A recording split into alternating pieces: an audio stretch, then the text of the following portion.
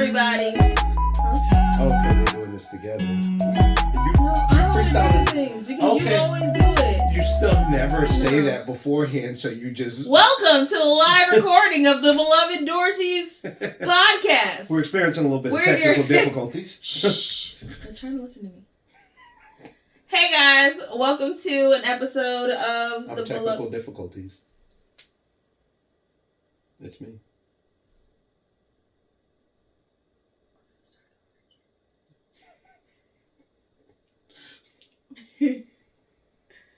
Hello everybody, welcome to a new episode of the Beloved Dorsey podcast. We are the Beloved Dorseys. I am Mrs.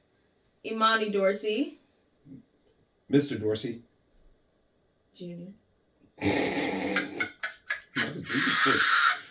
I'm not a junior. Yeah, I know, but it's like, I feel like your dad is Mr. Dorsey. If anything, I'll be Mr. Dorsey Senior, maybe. Well, senior would be the oldest. Yeah, I can make it junior. Don't get it. I don't get it. You'll get it. Don't get it. You'll get it. I don't get it. Just you wait. Anyways, this is our podcast where we talk about love and life and relationships and marriage and pursuit of happiness. Shows that we watch that talk about those same things and a little bit of freaky deaky. A little bit of everything. We are not experts in any way, shape, or form. We are consistently learning and growing. And so if you know something that we don't know, if we misquote something, feel free to comment. Let us know. We are open to learning. Just keep it respectful, you know? Just keep it respectful. Now, folks love to correct you in the comments. That's what this episode is all about. This is about comments and... Excuse me. Yeah, I'm saying that's cool. Yeah, Just keep it respectful, you know? Hey, man, they can say whatever they want. They can't beat me. There's that. There's that. All right, so we like to start our episodes off with laughs and lessons. My husband gets to talk all the time, so I'm going to talk this time. And, you know, because marriage is about partnership, and he shouldn't have to carry all the weight. I don't want you to have to do that. So I'm going to help by talking over him. My control issues don't like this. I know. It's okay. You're doing an amazing job. So he's going to share his laughing lesson, and I'm going to share my laugh, and we're going to move forward. Is it my turn now? Yeah, I'm driving the boat, but you can go now. My laugh and lesson for this week, I should go second because mine is literally feeds right into what we're doing. It literally goes right together. So I don't know. It's up to you. Okay. My husband would like for me to go, so I'm going to go because, you know, marriage is about compromise. And so I'm, you know, willing to compromise in this moment. What are you doing to my hair? I wanted to see if I could pinch it and grab but it. That hurts. That hurts? Yeah, you just pulled my hair. I didn't even think I didn't achieve the pull yet. Anyway. I'm trying. There we go. Now I got it. Pull your stupid hairs. Why would you pull my hair? I was just trying to see if I could get it off. Oh my gosh. Anyway, so I posted a video on my business Instagram page about keeping cards. And I thought it was hilarious because... Oh, yeah. I thought it was hilarious because how long are you supposed to keep cards? It feels rude to be like, oh, that was really sweet. Trash. But then you end up like saving them for an indiscriminate amount of time. Right. So you literally have cards from every birthday for the rest of your life. From different people that may or may not be in your life anymore. How, like, I mean, I have cards. And I save cards because my mother taught me to save cards. But like, how long do y'all save cards? Because I need to know. My husband, I can't tell y'all what he does with the cards.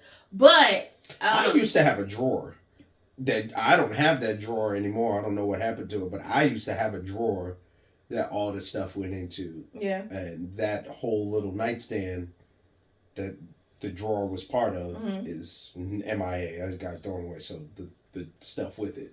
But yeah, like they went into a drawer. We still have all of our wedding cards, of course. And I feel like the older you get, the less birthday cards you get. Yeah, people don't give me birthday cards anymore. She gives me birthday cards sometimes. Yeah.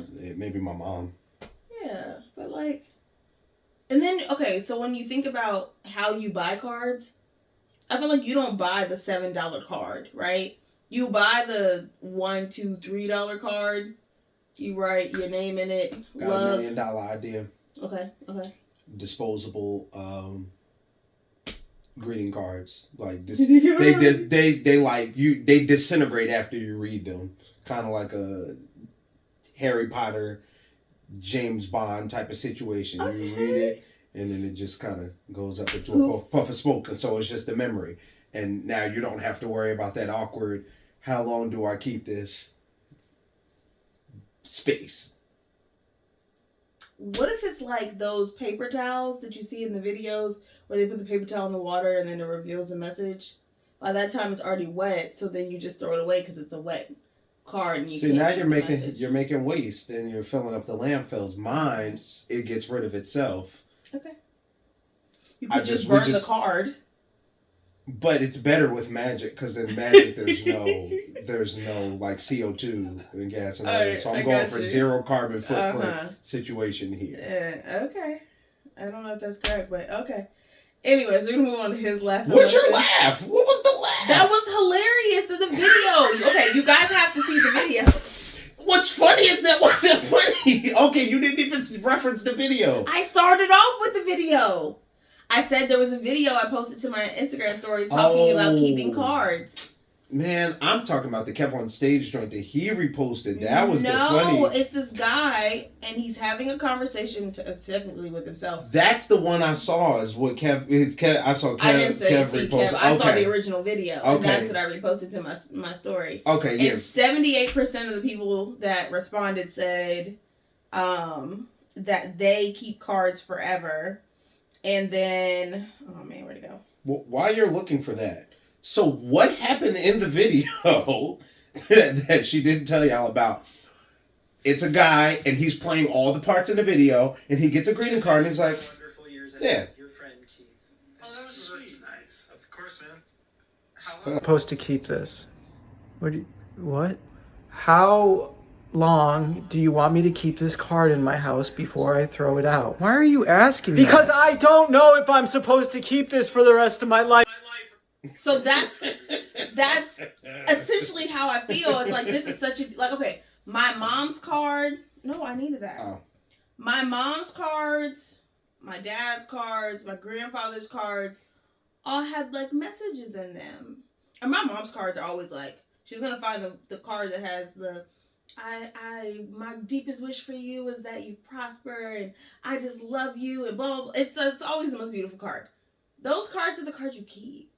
It's also different too if you keep it from like your grandmother. Like I'm at the point where whatever I get from my grandmother or messages and all this stuff, I just save all of this stuff because, life don't last forever. Right.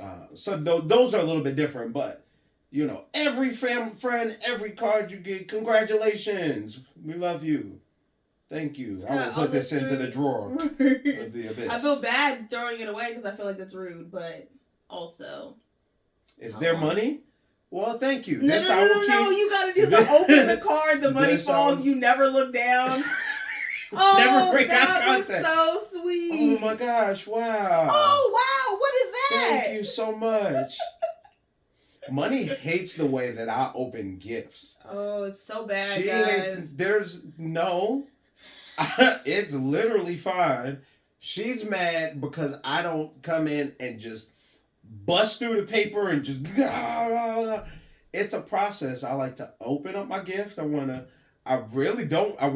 conserve the paper if I can. Yeah, he opens wrapped presents, trying to unwrap them the same way that they were wrapped, so that he can essentially wrap them back, which he'll never do.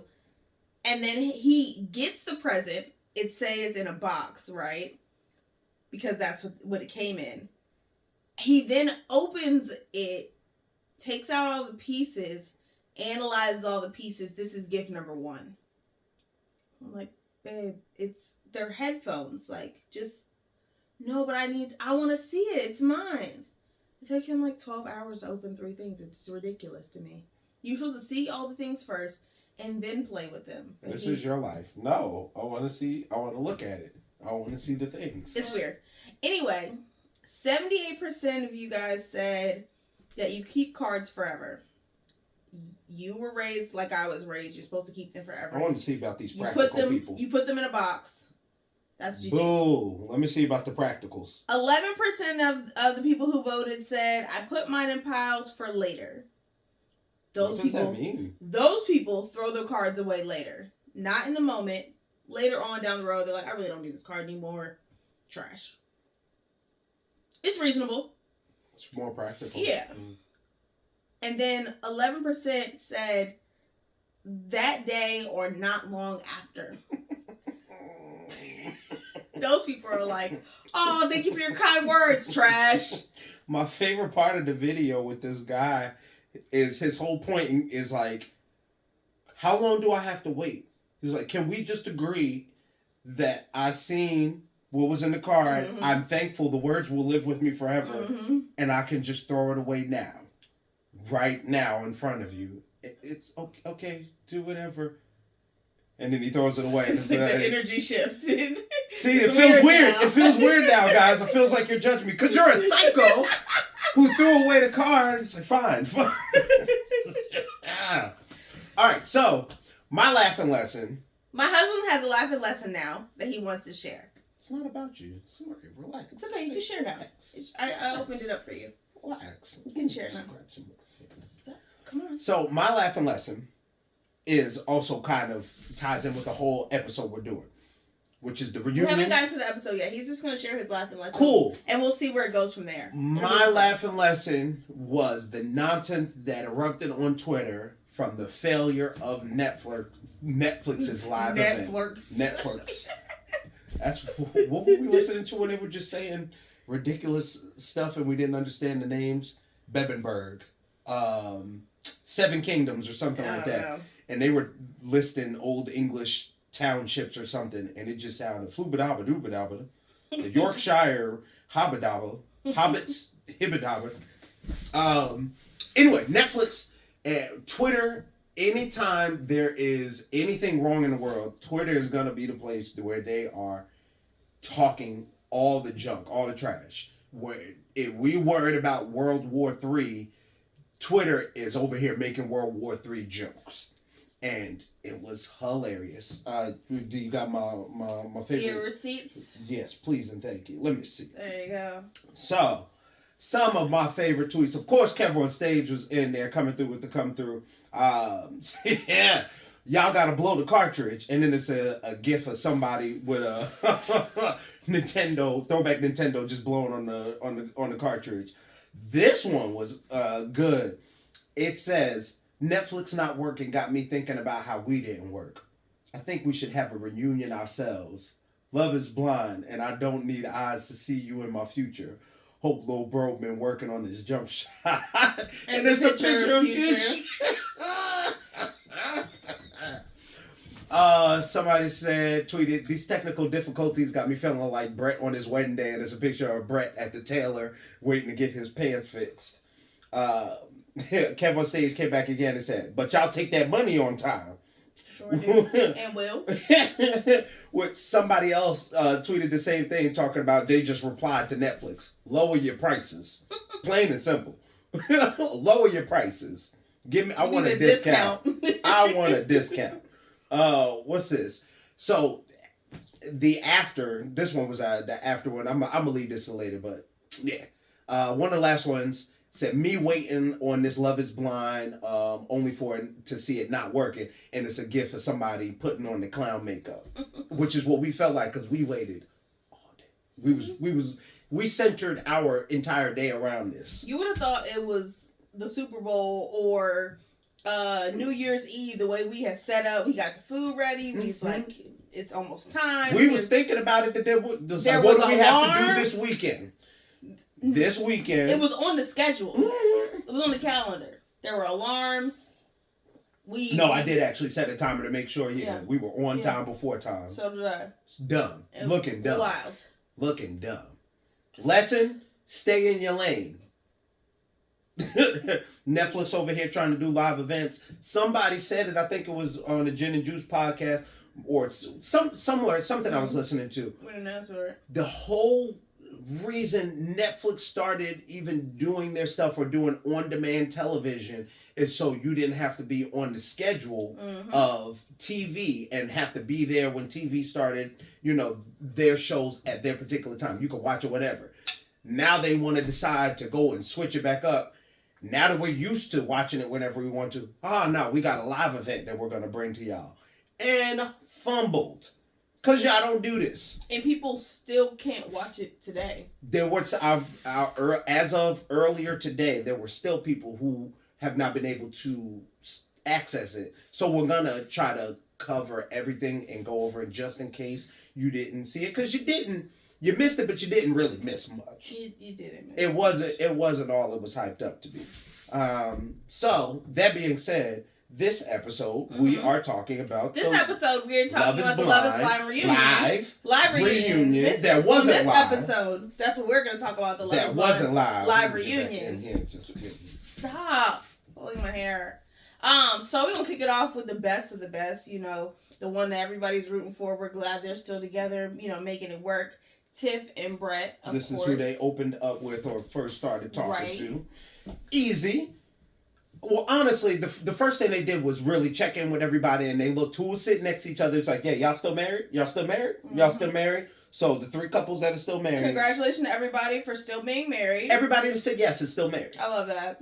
Cool. So Tiffany and Brett. They're still married. Still working it out.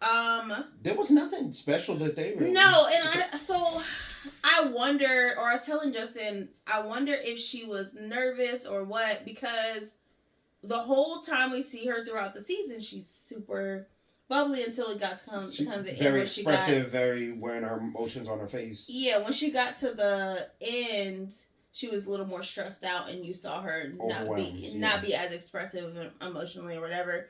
As far as like being joyful. Yeah. And so I feel like she wasn't as expressive during the reunion. But I love that they're still together. I love that they, She seemed more relaxed. She seemed more chill. Yeah. Which honestly just might be a mark of the fact that they have been married now for a year. Yeah. They're happy, they cool. Yeah, that's why it was really nothing exciting. It was like, hey, we married, we live a life. She's still over here falling asleep. We be cooking and going out and being black and beautiful. That's literally. She did kind of tell what's it called? Like we'll have kids when we're ready. Yeah, we're enjoying marriage. They definitely kept pushing that kids agenda multiple times, talking about we're hoping to see our first Love is Blind baby, but we're not pressuring anybody, but also pressure. But that was Tiff and Brett. This is going to be tough because I feel like we didn't get a lot to go off of. We didn't get a lot, but also that's also all the more reason to talk about them and what it was and what it should have been. Right. So Kwame and Chelsea. All right. So they opened up talking to Kwame and Chelsea, just seeing where they're at, yada, yada, yada, how stuff is going. And the first thing I think they started pressing to the fire, they brought up Chelsea and Micah. And were they able to clear the air addressing this situation with her overstepping the bounds, or her and Kwame essentially overstepping the bounds? So they showed a clip of her and Chelsea and Micah talking. But they never showed the clip of Kwame and Chelsea talking. They never addressed being all up in each other's face. So they gave them time to kind of like, Kwame was like, yeah, I understand I was wrong, and I'm sorry, and I want to apologize, and Micah did the same thing. But I feel like this reunion was very safe and very no drama, which we don't want the drama, but we also want the drama. Like, we're watching because it's entertaining, and for lack of better words. And so when you don't point out those things because you don't want to... I'm not searching drama, but there was drama to be had, and y'all tiptoed around certain stuff. I want to commend Kwame for owning up to his foolishness, because he definitely had his girl out there looking dumb. So he apologized to her. He apologized to her family. He apologized to his people, for how he acted and being able to see himself on screen and was like, oh yeah, I was wilding. There was no reason for that. There was something else that I wanted to know. I do commend him for that. I also do want to commend him on the hair and he getting that fixed. He rectified that situation. I didn't even realize. I thought he just cut it down. Somehow he went from having the Vegeta situation to having like a full, strong, straight hairline here. So Kwame came through fresh. He also, here's one thing they never addressed. Kwame apparently was on Married at First Sight. Yeah, I wonder why they didn't ask that. It never got brought up. Hold on. Kwame wasn't on. Okay, he was on it, but he just auditioned. Yeah, he was you just see in the him or an audition, whatever. Somebody posted a screenshot or something of him, being in the background. He tried to do Love Is Blind, or not Love Is Blind, Married at First Sight a couple years ago. I get obviously it didn't go through or whatever. He didn't find him a wife in that process, so then he ended up doing. I didn't rewatch it to see exactly what he said, but during his interview with the Mrs. Lachey, he said something about his name and how people on the internet were he was getting backlash about possibly not being proud about his name, and he was clearing that up and saying, hey, I was proud of my name, I just didn't want to give away the fact that essentially I was black or African man by coming out with crime. I wanted to be ambiguous, but I do love my name, I love who I am. But he specifically said, in going on to the show, I talked with my producer or something like that, and I thought that was odd. I was like, "What? Who is this person?" Or like, his agent. What do you mean? And so nobody. No. So when he said that, I think he's.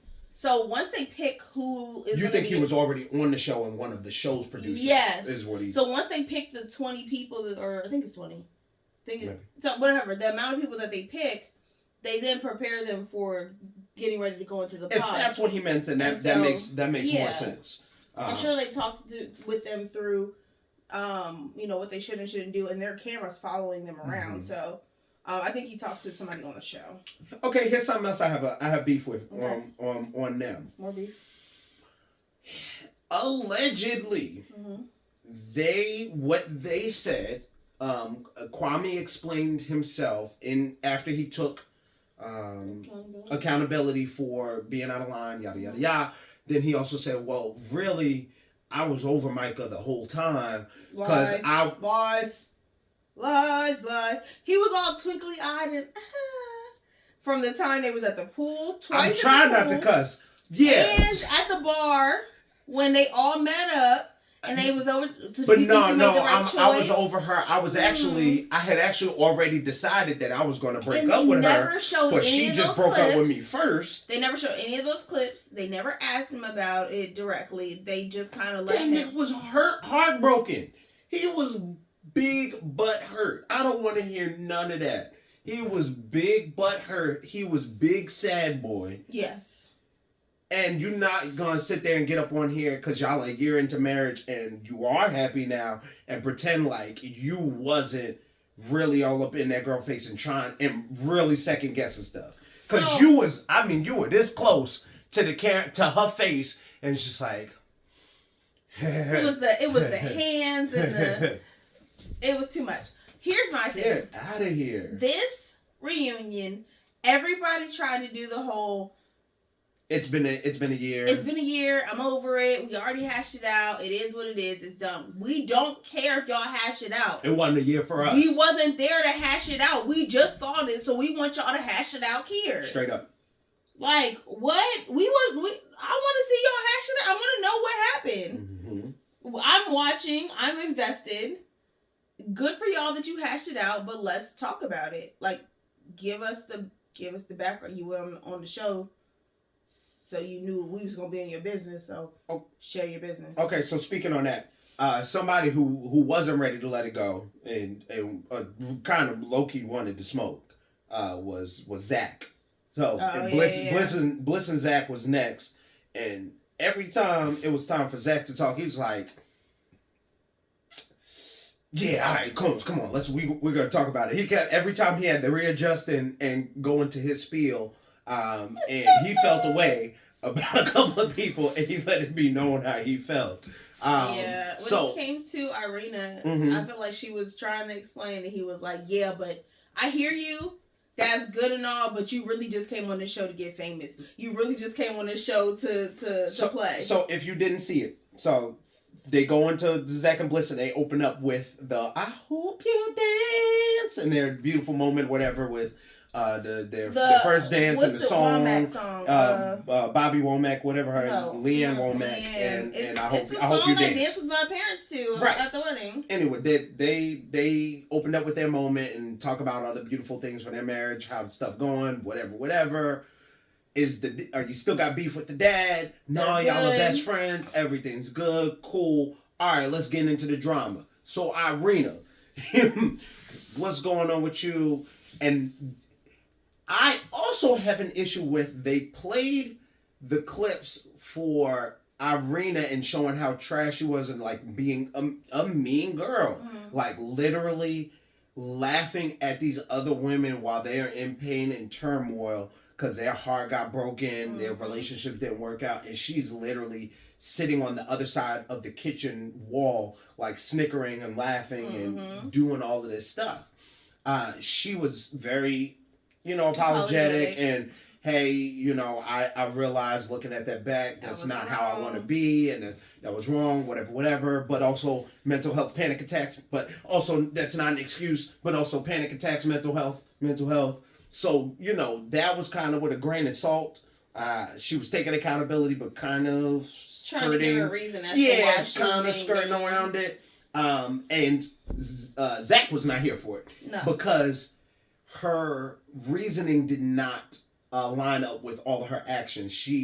And Bliss also, she was like, I'm over this, like it's been a year, but I'm also not going to let you sit here and pretend like you said that she dodged a bullet. She did. She sent a text to Bliss, and what she said before Bliss aired her out is that it wasn't his face or that she wasn't physically attracted to him. It was just a vibe or something that just felt off, and then she was having panic attacks or whatever. There was these issues, but he was a great guy, and she shouldn't have never treated him like that. But it wasn't like a physical thing. And Bliss was like, well, that's really crap, because after y'all decided y'all weren't going to be together and you were leaving, you text me saying that you dodged a bullet. How is that?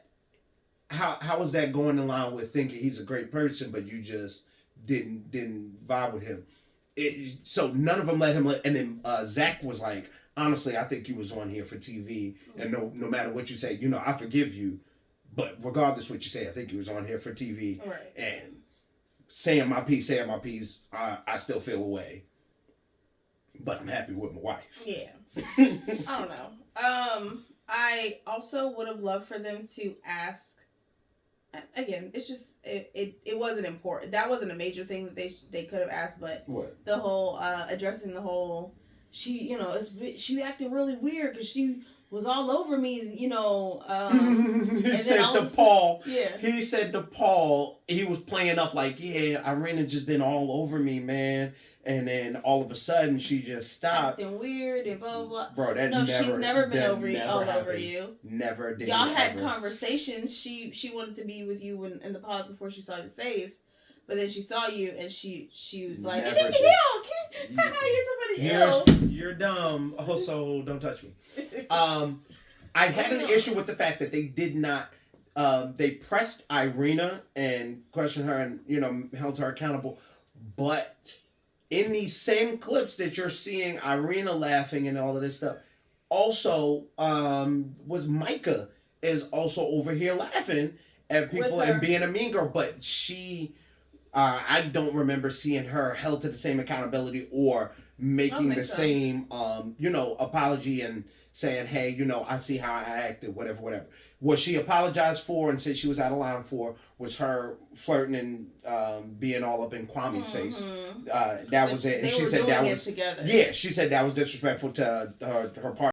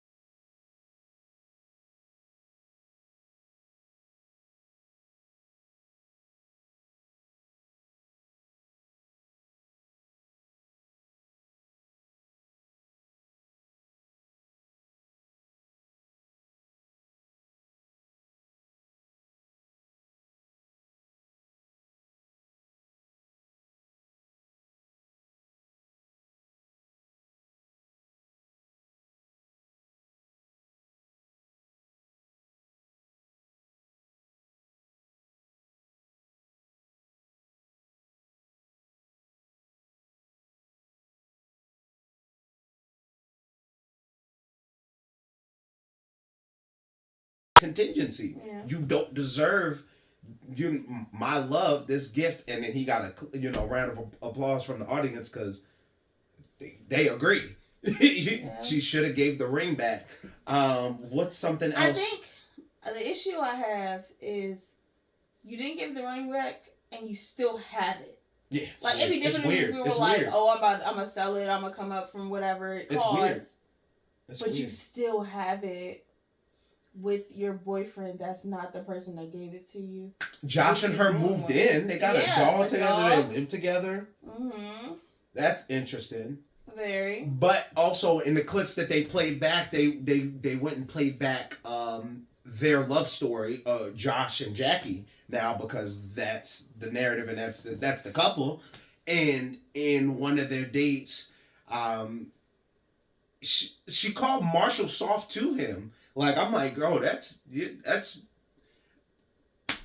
messed up. You're just big trash. I don't understand this idea that if a man is kind and sweet that he's soft. Because Josh described it as, you said he's too emotional for you. I said he's soft. It's like, he's so. But wow. she's been like the whole time. He was like, wow. When she met up with Josh at the little food whatever, he was like, but what about Marshall? He asked, like, what? That's why I said I have no beef with Josh. I don't care. I have no beef with Josh. The most questionable thing I can say that Josh did was when he came in and after he was already liquored up and hanging all on Marshall too close and just annoying, honestly. He's like, man, I don't want no problem. I ain't mean to come in between y'all. I wasn't trying to be disrespectful, blah, blah, blah. Whatever. All right. Hey, yo, Jackie, so what's going on? I've been meaning to talk to you. Like, what's up? I just want to let you... So, that was a little inconsistent. He was also liquored up, so... Yeah, but then even in that scene, because honestly, it's the last time we see them before they break up. She gets home from that. He's like, what do you need? She already had made her decision. Yeah. That's why she didn't want to have the conversation, because she was either... But then for you to hug him, talking about something... Thinking about it, just love me. Trash. This is why I'm saying what does that trash. Look like? And you're not holding yourself accountable, and you're not being. You're fine. You're doing. She was affirming that he was doing the right things or whatever. That she just needed him to love her, whatever. And it was literally to shut him up because she wanted to go to sleep. No, legit. Because she already knew what the deal was, and that's she didn't want to talk about it. That's why she was so frustrated. And I mean, it sucks to suck. I don't know. It sucks to suck. Whack. Weak and whack. So they promised all this big, it'll be worth the wait. We waited 2 hours past the time to watch this not live. It was damn near 2 hours. It was over an hour. Oh, it was definitely over an hour. So round up. An hour and 45. It was cool. By the time we figured out we could play it and how to play it, we had to watch it on the phone. Couldn't make it play on any of our devices. Couldn't make it play on the laptop. Nothing. Wouldn't play on the Google Chrome. Wouldn't play on the Roku. We didn't try the Fire Stick, but wouldn't play even on the laptop. That's wouldn't play on my phone at all. You couldn't even get on your phone? No, I couldn't get on my phone. You got it on yours. I kept trying to see if I could get it on mine. That's crazy. Yeah, but several people couldn't get on. A lot of people couldn't get on. It was like 132,000 people on the Love is Blind live on Instagram. On Instagram. Great. And the thing is, nobody told Netflix to do this. Nobody told Netflix to do this. I also feel like they could have done a better job of updating people on what was happening. What you mean? Like, I know they eventually, 30 to 45 minutes in, they finally put the whole, like, something about waiting or whatever. It was a while before they actually... Nesha Lachey made a video. She made a video, but it was a while before it said... It just kept saying that to stay tuned, like it was coming. Yeah, we were in the queue. We were waiting for a while. Like, we had Netflix up and working for a while on the screen, and it just kept saying... it will begin shortly for closed it to go watch. That was a good 30 minutes right there. Yeah, but it was around that time that they finally posted something saying, "Hey, we're coming," or "Hey, it's on the way." But other than that, it was like, it'll be loading soon, and it just never did. And they could have big waste of time. Definitely communicated better on their platforms to let people know what was happening. Because we had people calling like, "Hey, have y'all gotten to watch it? Do you know what's going on?" And we're like, "Yeah, no, we can't watch it right now. We're trying, and we're literally trying different devices." And thinking back on the amount of work we did to try to get it to work, I am disappointed. Like, dude, we're over here trying our hardest to watch your little raggedy show that y'all got all messed up. Thank God for Gin and Juice podcast. They went live to show that they couldn't get it working either, and it was because their live stream, they had people replying back to them that they were able to see it. That's how I knew it was up some type of way, and I started to try to play it on my phone in different places. Yeah. But, are we done with it now? Are we done with it? Yeah. No, that was it. That was all the stuff. So,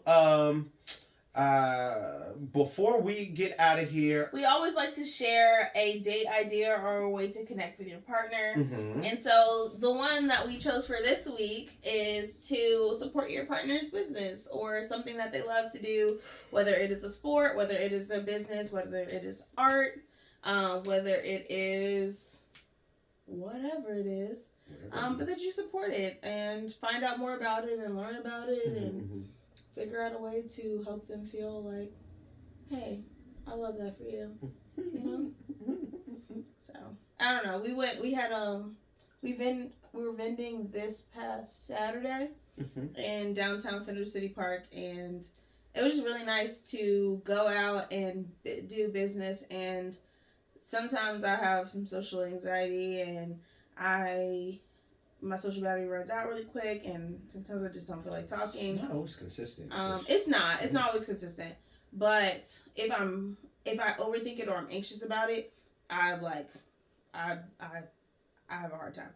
And having a husband who talks to people for a living and being able to come and to support me in that way by talking to people and making all of the mouth sounds. Say all that later. Making all of the mouth sound. Is that what you want? No, not like that. Wait, you can do. Shut up. I'm gonna do that. No, not that. Please don't do that. I don't want that one. I don't want it. This is what I have to do with y'all. But just having my husband be able to come out and to support me and to talk when I didn't necessarily feel like talking and make people feel welcome and help me to make sales was amazing. Also, we just posted our wedding video because we have been married for 7 months now. Vets in this thing. What? 7 months? Literally feels like we just got married. I feel like somebody disrespected us this weekend at the stand at your table, because one of these older married couples that came to us and we told them we just celebrated our anniversary or something, so he's 7 months. It was like, oh, you're still in the honeymoon phase. It's like, hey, watch your mouth. Put some respect on our 7 months. Relax. We in here strong, 7 months strong. But that video is up. Our wonderful god brother put that together. Six Sense Production. That sounds like a struggle. You know what word was effing us up so bad? I never knew how Nick and Vanessa Lachey's last name was spelled. Lackey. Bro, man, when I was looking at it for the longest time, and before I could get sounds out of my mouth, Money said it. She was like, "Who is Vanessa Lackey?" And I was like, "Yeah, nah, I was just trying to figure out the same thing." Got to be Lachey. Yeah. It's got to be Lachey. Yeah, it was like, yeah. Anyways, this episode is sponsored by Black Girl Bless, handmade polymer clay earrings. You can catch them online at their beautiful online boutique at blackgirlbless.com. You can also follow them and keep up to date with all their events on Instagram at black.girl.bless. You can also follow me on my new, it's not a new page, but I have a new Instagram name. It's new. Go see it. It smells new. Go on. It is black.girl.blooms. where I'll be gardening and talking about life and growth. Blooming and growing and all that. All of the beautiful things. You can still catch my husband at... Justin the Beloved. And that's all we have for y'all today. We hope you have a great, whatever time of the day this is.